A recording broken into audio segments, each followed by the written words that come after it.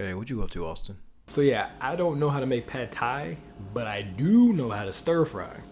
And so I'm gonna take those same principles and apply it to this pad thai recipe that I found on the back of this pad thai sauce. Now to successfully stir fry, you need to make sure all your ingredients are in place before you start cooking.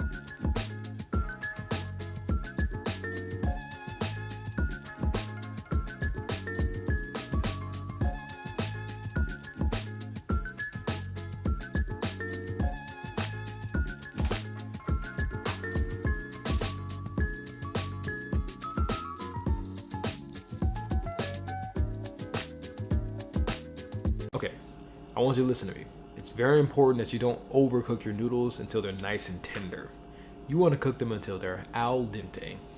If they're nice and tender, what's going to happen is when you add them to your wok to stir fry them, they're going to fall apart and just make everything a nice clumpy mess. Trust me, I know. My noodles are overcooked. Once you've added your rice noodles, you're going to turn the heat off, cook them for 10 minutes, maybe 20, until they're nice and al dente. Drain them, and then they're ready to use in your stir fry. So now we have everything together, we're gonna go ahead and start our stir fry. We're gonna grab your wok, add about 2 to 3 tablespoons of oil, and stir fry your onions first until they're brown and slightly soft.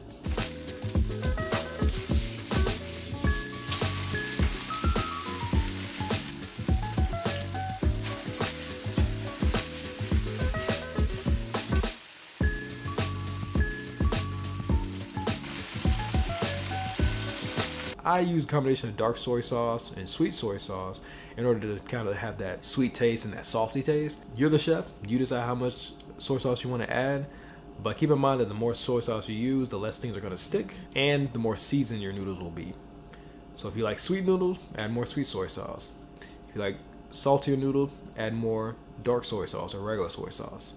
It's up to you. Once again, you're the chef. So once all that's in, we're gonna do the very tricky and I would say optional part of adding scrambled eggs to our pad thai. If you want the maximum authenticity, you have to add the eggs. But if you're like me and your wok wasn't hot enough, you can wind up boiling your eggs and having like this raw egg white that's kind of gets mixed around or whatever. I'm gonna fast forward through this because it was just a nightmare. But maybe you could like scramble it off to the side and kind of fold it in near the end. It's up to you. Since my shrimp is already cooked, I turn the heat off, throw it in, and boom, pad thai is done. I plate it up by just simply adding it to a plate and then garnishing it with crushed peanuts, lime wedges, and mung beans. I personally don't like mung beans because to me they taste like ammonia, but you know, it's whatever your preference is. Once again, you're the chef.